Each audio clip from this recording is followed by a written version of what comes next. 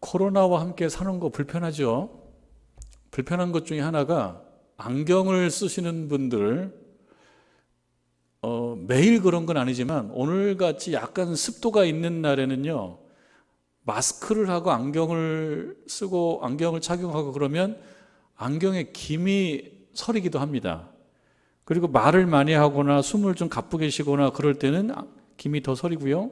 특히 겨울 우리가 건너왔는데 또 이 마스크 안쪽에 온도하고 마스크 밖의 온도가 다르고 또 습도가 다를 때 그것이 위로 올라와서 안경에 김이 서려서 저 같은 사람도 좀 불편함을 여러 번 겪고 그렇습니다. 그래서 좀 불편해요. 근데 저만 불편한 게 아니라 여러분들이 불편했던 모양이에요. 어떤 분이 자기의 불편함을 이렇게 표현했어요. 나는 지난 10개월 동안 안경 김 서림으로 어려운 시간을 보냈다. 얼마나 어려운 시간을 보냈나 모르지만 이렇게 고백할 정도였던 모양입니다. 김 서림을 해결하기 위해서 마스크 윗부분을 접어보기도 하고 마스크를 헐렁하게 걸쳐보기도 하고 또 저는 안 해본 방법인데 안경 아래 비누를 묻히기도 했지만 원만하게 해결하지 못했다. 그런데 이렇게 하니 문제가 해결되었다. 여러분, 문제 드리는 거예요. 여러분 한번 맞춰보는 거예요. 맞춰도 선물은 드리지 못하지만 한번 맞춰보는 거예요. 이렇게 하니 그 문제가 해결되었다. 완벽하지는 않지만 적어도 이동 중에는 이것이 없어도 별 문제가 없다는 것을 알았다. 괄호를 2개 해드렸죠. 여러분 답은 뭘까요? 이렇게 하니 그 문제가 해결되었다. 들어보면 A 그럴 수도 있어요. 그런데 이분에게 있어서는 이게 큰 발견했던 거예요. 이분에게 있어서는 10개월 동안 불편함인데 이걸 해결받은 거예요. 답이 뭐냐면 안경을 제거하니 문제가 해결되었다. 여러분들이 이게 무슨 말장난도 아니고. 근데 여러분 안경 쓰시는 분들은요 사실 그렇습니다. 저도 그런 경험이 있는데요. 안경을 벗어서 뒤쪽에 걸면 되거든요. 이 안경 뒤쪽에 걸면 되는데 그리하고 걸어보면 걷는 거에 큰 문제는 없어요. 차라리 김이 서려가지고 이것 때문에 그래도 신앙생활 오래 해가지고 겨우 이렇게 착해진 성품이 이것 때문에 다 망가져. 성질나고 짜증나고. 그냥 안경 뒤로 걸면 뭐 그 정도 괜찮더라고요. 그런데 이분에게 있어서는 이게 스트레스가 심했나 봐요. 이놈은 코로나 때문에 마스크 매번 해야 되고 이것 때문에 김서리고 성질 다 나빠지고 그러다가 안경을 딱 벗었는데 걷는데 큰 불편이 없고 이러면 되겠네. 누가 볼 때는 그게 뭐 대단한 거냐. 이분에게는 대단한 거였던 거예요. 그래서 하는 말입니다. 어떤 문제에 봉착했을 때 우리는 그 문제에 집착한다. 마스크를 어떻게 해서 문제를 해결하려고 한다. 마스크를 어떻게 해가지고 문제를 해결하려고 한다. 그런데 그 마스크에 집착을 하지 않으니까 다른 곳에서 해결 방법을 찾을 수가 있었다. 문제 대상에 너무 집착하기보다 한 걸음 떨어져 문제를 바라보면 의외의 해결책을 얻을 수 있다는 사실을 이 안경과 마스크의 갈등 이거를 이상한 방법으로 풀어내면서 자기는 발견했다는 거죠. 그러니까 사실 이 얘기는 뭐냐면 안경과 마스크 이야기가 핵심 사안은 아닌 거예요. 이걸 통해서 본인은 삶의 지혜를 얻었다는 겁니다. 조금 더 일반적인 원리 하나를 발견해낸 거예요. 그게 뭐냐면 어떤 하나 문제, 이 문제를 해결하려고 거기에 집착하면 오히려 답이 보이지 않고 답은 의외로 매우 간단한 곳에 있지만 찾지 못할 뿐이다. 그러니까 한쪽 방면 그곳으로 막 해결하려고 하다가 안 되면 조금 여유를 가지고 바로 옆에만 바라보지 말고 어디를 바라보라. 신앙적으로 얘기하면 위를 바라보라. 조금 각도를 들려서 고개를 위로 보라. 이거는 무슨 뜻이겠습니까? 신자들에게 있어서는 하나님을 바라보는 방법 한번 생각해 봄직하지 않냐. 사람만 의지할 것이 아니라 하나님 한번 바라보면 풀릴 텐데 라고 하는 교훈으로 우리는 조금 더 발전적으로 이해해 볼 수가 있다. 여러분, 야곱은 마스크와 안경의 갈등으로 고민한 것은 아니지만 그 역시도 어려움이 있었습니다. 그 인생 파란만장했잖아요. 얼마간 있다 돌아올 걸로 생각하고 외삼촌 라반의 집으로 멀리 갔는데 그 세월이 20년이 지났어요. 거기에서 외삼촌 라반으로부터 참 많이 속기도 하고, 어떻게 얘기하면 사기를 당하기도 하고, 그리고 외사촌, 삼촌의 아들들로부터 공격을 받기도 하고, 마치 자신이 외삼촌의 재산을 다 그저 그냥 모아서 자기가 가지고 갈 것처럼, 무슨 나쁜 사람인 것처럼, 무슨 날강도인 것처럼 그렇게 모함을 받기도 하고, 그런 여러 가지 사연을 경험하다가 마침내 고향으로 가야 되겠다라고 하는 의사표현을 하고 이제 몰래 거의 도망치듯이 나오지요. 그런데 외삼촌 라반이 그 사실을 알고 쫓아와서 만나요. 그리고 너 왜 도망갔냐? 그게 이제 지난주의 말씀이었던 것이죠. 그런 사정과 사연이 있는 상황 속에서 그 문제에 겨우 덮고 이제 가나안 자기 고향을 향해서 가는 중입니다. 뒤를 쫓아오는 적은 없어요. 그런데 이 야곱에게 정말 해결되지 않은 아주 본질적이면서도 고질적인 문제가 남아 있습니다. 그것 때문에 20년을 보낸 거 아닙니까? 에서에 대한 두려움이에요. 에서에 대한 두려움. 그 문제가 해결이 안 됐어요. 32장 1절, 우리는 좀 뒷부분부터 읽었는데요. 32장 1절에 보면 야곱이 길을 가는데, 여기서 길을 간다라는 건 인생 사는 거예요. 이거 야곱의 인생입니다. 야곱의 인생을 살아가는데 어느 날이에요? 하나님의 사자들이 그를 만난지라. 그러니까 야곱이 하나님을 만난 게 아니고, 야곱이 하나님의 사자를 만난 게 아니고 하나님의 사자들이 야곱을 만나준 거죠. 은혜인 거죠.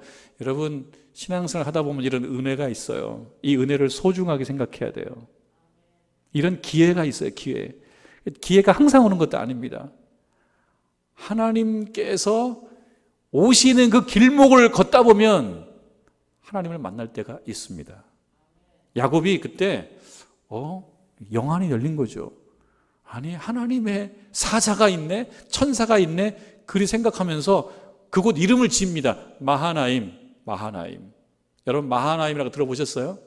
야곱이 외삼촌 라반의 집을 떠나서 가나안으로 오는 가나안 근접한 어느 지역, 그 지역에서 하나님의 사자가 그룹을 지어 있는 것을 인식하게 되고 이곳 이름을 새로 집니다. 예전에 루스벌판을 베델로 했듯이, 하나님의 집이라고 했듯이 야곱이 이곳 이름을 지어요. 마하나임. 마하나임은 문법으로 얘기하면은 복수잖아요. 복수. 2절에 보니까 야곱이 그들을 볼 때 이르기를 이는 하나님의 군대라. 군대, 그러니까 이거는 한 사람이 아닌 거예요. 그룹인 거예요. 그룹. 그런데 히브리어 표현 문법에 이 복수도 있지만 쌍수라고 있어요. 이거는 쌍수예요. 그래서 이 하나님의 군대, 다른 말로 얘기하면 캠프예요. 캠프. 하나님의 캠프가 두 캠프가 있는 거, 그거를 보게 된 겁니다. 그곳 이름을 뭐라고 합니까? 마하나임. 하나님의 군대예요. 마하나임이라고 이름을 지었습니다. 그러니까 마음의 위로가 좀 될 수도 있습니다. 이제는 그 형에 대한 공포감, 두려움이 있는데 하나님께서 나와 함께 하시는구나라고 하는 생각까지 했다라고 하는 것은, 그거는 야곱에게 있어서는 큰 은혜입니다. 그럼에도 불구하고 의심이 많고 또 겁이 많은 그런 야곱은 계속 두려웠어요. 왜 두려웠습니까? 형 에서의 상태가 어쩌면 지금도 나를 죽이려고 하는 그 분노를 갖고 있을 텐데, 형과 가까워질수록 공포와 두려움과 분노, 형에 대한 분노가 더 많이 느껴지는 겁니다. 거기서 생기는 정서가 두려움이에요. 두려움. 그래서 야곱 나름대로는 방법을 많이 씁니다. 무슨 방법을 쓰냐면, 먼저 사람을 보내야 되겠다. 그래서 먼저 사람을 보내요. 사람을 보내서 형을 만나게 합니다. 형을 만나게 해서 동생 야곱이 오고 있다라고 하는 것을 좀 먼저 고지하는 거죠. 그래서 그 충격을 완화하는 것. 그렇게 보면 야곱은 어쨌든 수가 빠른 분이에요. 빠른 사람이에요. 자기 나름대로 어떤 작전을 할 줄 아는 사람이에요. 먼저 사람을 보내서 내가 오고 있다는 것을 알게 만들면서 그 어떤 분노를 좀 누그러뜨리는 시간을 벌자라고 하는 겁니다. 자, 그런데 사자를 보냈어요. 근데 사자가 에서를 만나고 돌아와서 야곱에게 하는 말, 뭐라고 얘기하냐면,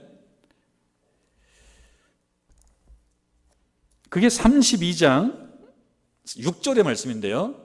사자들이 야곱에게 돌아와 이르되 우리가 주인의 형 에서에게 이른즉, 그러니까 이 사자들이 에서에게 갔습니다. 이른즉 그가 400명을 거느리고 주인을 만나려고 오더이다. 그러니까 이들이 가서 확인하고 에서를 만나고 와서 야곱에게 보고한 보고의 핵심적인 내용은 뭐냐?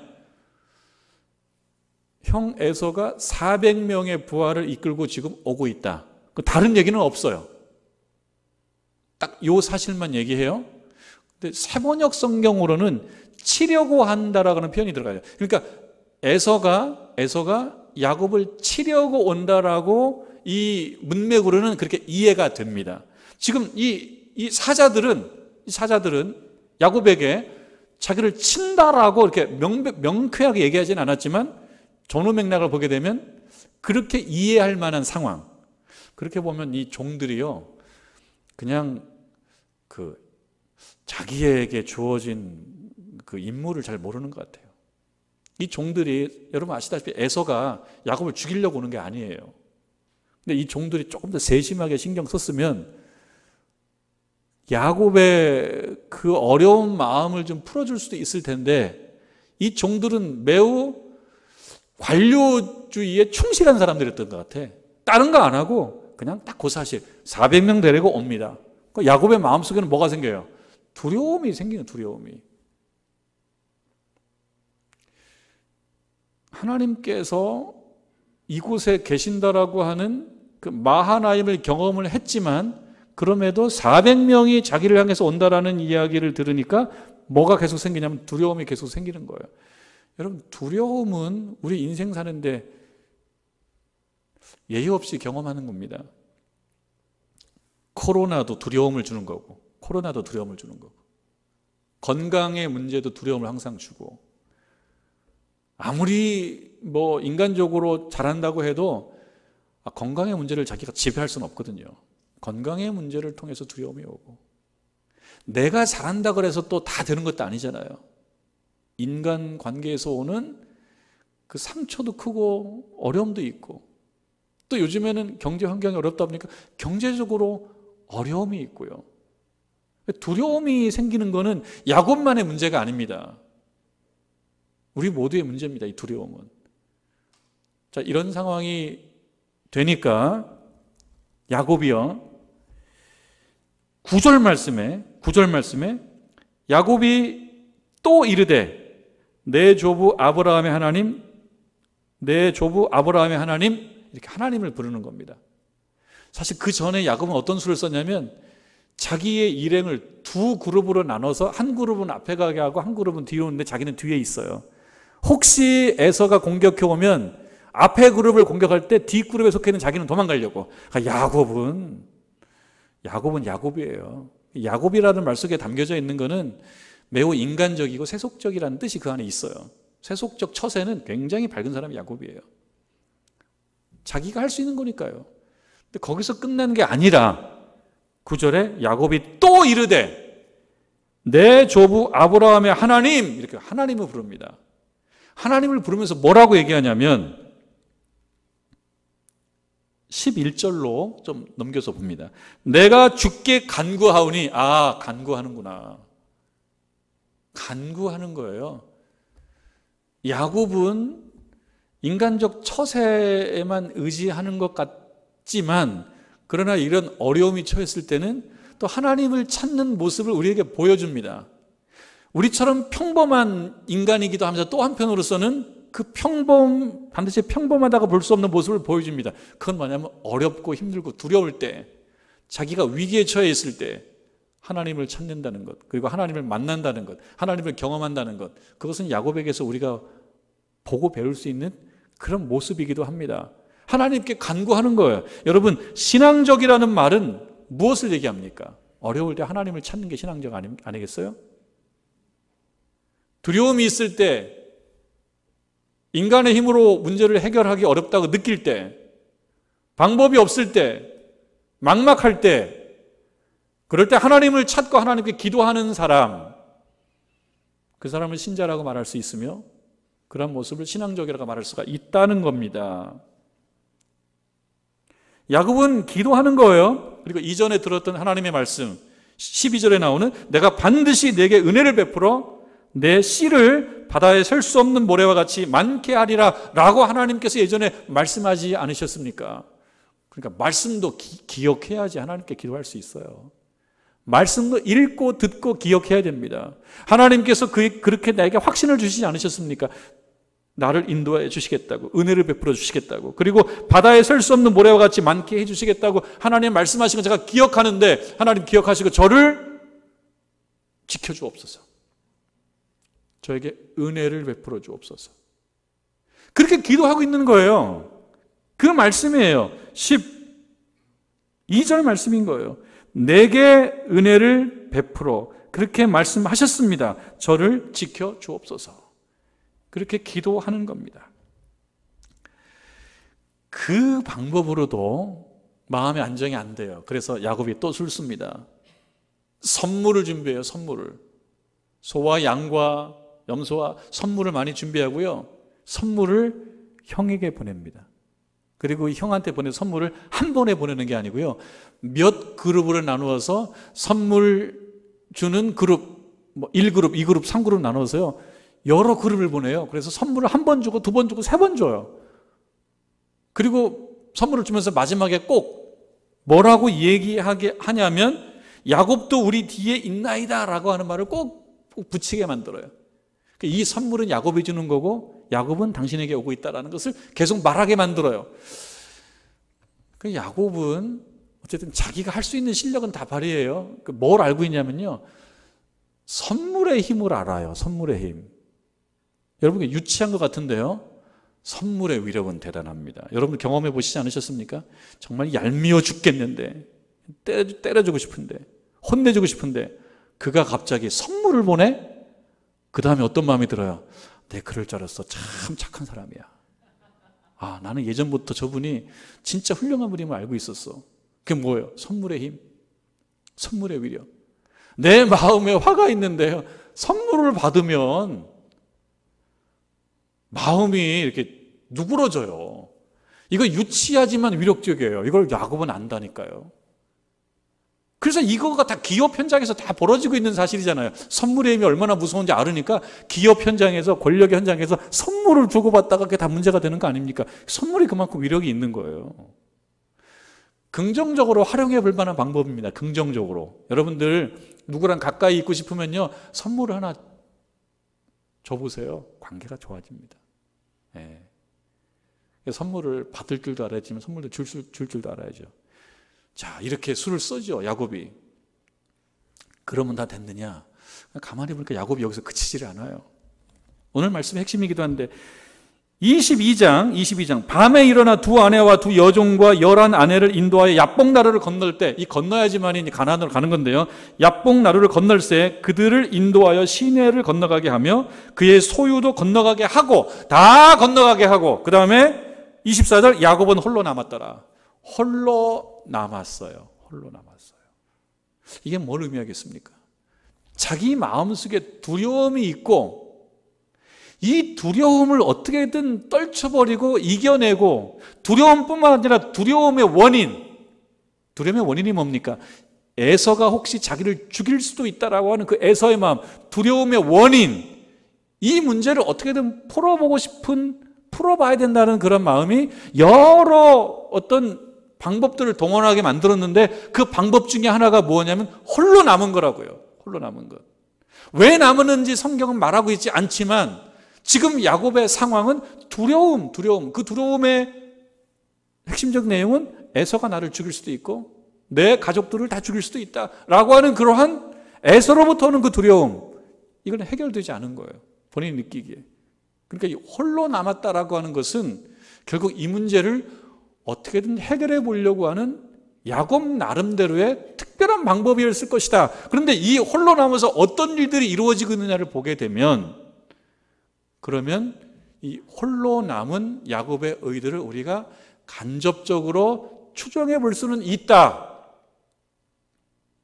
이곳에서 사실은 영적인 씨름이 이루어진다라고 본다면 어쩌면 야곱은 하나님을 붙잡고 위에서 기도하는 그것을 위해서 이 자리에 남은 것이 아니겠는가, 우리가 이렇게 생각하게 만드는 맥락이에요. 여러분, 이 말씀을 조금 더 여러분 문법적으로나 혹은 전후 맥락을 보면서 한두 부분만 우리가 분석을 해보면은요, 여러분 이렇습니다. 24절 말씀이요, 야곱은 홀로 남았더니, 홀로 남은 주체는 야곱이에요. 홀로 남겠다고 결정한 건 야곱이에요. 홀로 남았다라는 동사의 주어는 야곱이에요. 야곱은 거기까지 한 거예요. 홀로 남았다.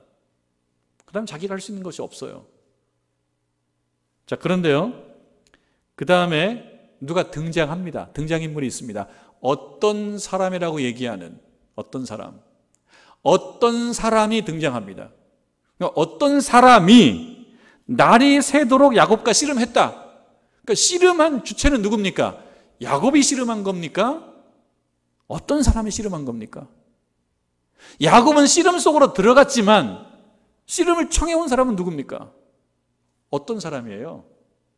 씨름을 하다라고 하는 동사적 상황의 주체와 주어는 어떤 사람이더라고요. 근데 어떤 사람은 뒤로 가면 뒤로 갈수록 이 어떤 사람이 누구라고 생각하게 만드냐면 하나님이시라고 생각하게 만들어요. 그렇게 보면 신자가 두려움과 염려와 어려움 속에 홀로 남았을 때 모든 것을 다 차단하고 사람을 다 보내고 고독하고 외롭게 어느 지점에 홀로 남았을 때, 그리고 거기서 아파했을 때, 가난할 때, 자기가 뭔가 할 수 없을 때, 그때 누가 오신다? 하나님께서 오신다. 그 말씀을 우리에게 주고 있죠. 삶의 문제를 신앙적으로 해결하고 싶어질 때가 있습니다. 그럴 때 어떡합니까, 여러분? 삶의 문제를 신앙적으로 해결하려고 그럴 때 그 어떤 시발점, 그 출발점은 무엇이냐면 인간적인 가능성을 뒤로 하는 겁니다. 내가 아는 사람들 다 앞으로 보냈어요. 그리고 홀로 남았습니다. 홀로 남아서 자기 혼자 해결을 하겠다는 건 아닙니다. 그때 이 김서림 문제를 해결하는 데 있어서 마스크를 붙잡고 싸워서 문제가 해결되지 않고 결국은 안경을 벗는 방법으로 문제를 해결했던 것처럼 내 주변에 마스크를 붙잡고 해결하는 것이 아니라 자기의 시선을 옆만 두리번 하다가 발상의 전환, 하늘을 바라본 거예요.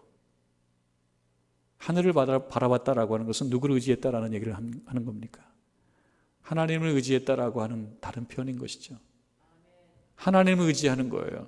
하나님을 의지하고 있다는 걸 보여주는 겁니다.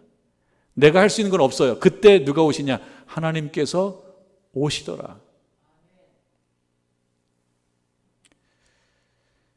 하나님께서 오시는데요, 씨름이 벌어집니다. 씨름이 벌어지는데 25절을 보니까 자기가 야곱을 이기지 못함을 보고 그가 야곱의 허벅지 관절을 치매.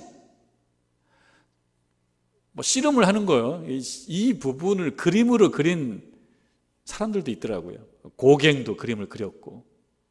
하여튼 여러 유명한 화가들이 이 야곱과 이 어떤 사람 혹은 천사와의 씨름을 그림으로 많이 그렸더라고요. 근데 그 그림의 특징은 야곱이 집요하게 붙잡고 늘어지는 거예요. 근데 뭘 위해서 붙잡고 늘어지냐? 나에게 축복하소서. 그 야곱 인생에게 중요한 건 축복입니다. 축복. 나에게 축복하소서. 그걸 위해서 속임수를 쓰고 사기를 치고 유감스러운 존재가 되고, 그럼에도 그가 마음속에 있었던 중요한 생각은 뭐냐면 축복이 뭐예요? 복을 비는 거죠. 그러니까 복은 누가 주는 겁니까? 하나님이 주는 거예요. 나에게 축복하소서, 나에게 축복하소서. 하나님께서 나를 도와주소서, 하나님께서 나를 도와주소서. 이거를 포기할 수 없었던 거예요. 그래서 이 지금 씨름하면서도 이 어떤 사람을 누구로 생각했는지를 정확히 알 수 없지만 이는 계속 요구하는 거예요. 나한테 축복해달라. 그건 뭡니까? 하나님의 복을 나에게 받을 수 있도록 당신의 중개역할일을 해달라. 그러니까 지겨워서 야곱을 쳐요. 야곱의 허벅지 관절이 그 사람과 씨름할 때 어긋났는데요. 이 정도 되면 놔야 되잖아요. 그런데 이 야곱은 움켜쥐는데 선수라니까. 야곱이라는 말 자체가 움켜쥐는 거거든요. 그 뜻이. 잡고 안 놔요. 지독하게. 집요하게 안 놔요. 그러니까 마침내 이 어떤 사람이 백기를 들어. 내가 졌다. 네가 이겼다. 너 이름이 뭐냐? 저 야곱입니다. 너를 이제는 야곱이라 하지 않고 이스라엘이라고 하겠다. 28절, 그가 이르되 내 이름을 다시는 야곱이라 부를 것이 아니요 이스라엘이라 부를 것이니 이는 내가 하나님과 및 사람들과 겨루어 이겼음이라. 하나님과 이겼대요. 근데 말이 됩니까, 여러분? 하나님이 우리에게 집니까? 말이 안 돼요. 하나님께서 야곱보다 힘이 약하다는 뜻을 얘기한 것이 아니라 하나님께서 야곱의 그 집요한 야곱의 그 집요한 붙잡음을 보고 마음에 감동하셨다라는 뜻입니다. 우리가 신앙생활을 하면서 하나님 복 받는 거가 여 말씀을 통해서 보면 쉬운 게 아닌 거예요. 어느 경우는요 참 힘든 거예요. 그 외로운 시간에 오랫동안 씨름을 하는 거예요. 그거는 못 견디면 축복을 못 받는 거예요. 어느 경우는 이 허벅지, 이 고관절에 문제가 생길 때도 있는 거예요. 그것을 안 된다고 포기하고 휙 가버리면 그게 좋은 신앙이 아닌 거예요. 복 받는 비결이 아닌 거예요. 믿음 생활 조금 하고 말아버리면 복 받는 게 아닌 거예요. 붙잡고 늘어지는 거예요. 누가 볼 때 아니잖아. 그 정도로 그렇게까지 해야 되냐? 하나님은 그렇게까지 하기를 원하실 때가 있는 거예요. 여러분, 우리 어려운 시대 보내고 있습니다. 다 압니다. 누가 볼 때 그 정도는 아니잖아. 아니에요. 하나님은 그 정도를 원하실 때가 있습니다. 붙잡고 늘어지는 거예요. 붙잡고. 여러분, 우리 하나님 앞에 여러분 인생의 두려움을 해결해 달라고 하는 간절한 마음으로 여러분 하나님 다리를 붙잡고 늘어지실 수 있기를 바랍니다. 그럴 때 축복 받는 거예요. 쉽게 오는 것이 아닌 거예요. 여기서 야곱이 이스라엘이 되는 거예요. 여러분, 우리가 인생을 살면서 야곱적인 실력만 늘어나서 되겠습니까? 야곱이라는 말 자체가요, 매우 인간적인, 매우 세속적인이라고 하는 뜻이 그 안에 함축되어 있어요. 움켜지는 거. 근데 우리가 신앙생활을 오래 하다 보면 어떤 실력이 늘어나야 됩니까? 하나님과 대면하는 시간이 경험되는 것. 그거 없이 신앙의 실력이 늘어나지가 않는 거예요. 우리가 노력하지 않아도 신앙의 경력은 자꾸 쌓여요. 뭐 하지 않아도요, 경력은 쌓여요. 2020년에 비해서 2021년이 1년 경력이 늘었어요. 가만히 있어도 경력이 늘어요. 그러나 경력이 실력은 아니다. 신앙적인 실력은 마하나임에서 머물러 있는 것이 아니고 브니엘로 오는 것이다.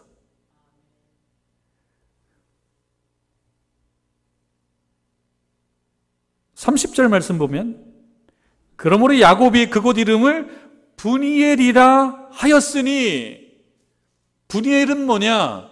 하나님의 얼굴, 그 2번이라고 써져 있죠. 그 아래에 보면 2번 하나님의 얼굴을 보았다라고 표현하는 인간의 신앙적 경험. 그것을 얘기합니다. 여러분, 이 시대가요, 하나님을 경험하는 것이 매우 낯선 경험이 되어 가고 있는 상황입니다. 하나님의 경험은 예전에만 경험한 거지, 지금은 아니잖아. 낯선 경험. 그런데 이 가운데에서도 분이엘이 있습니다.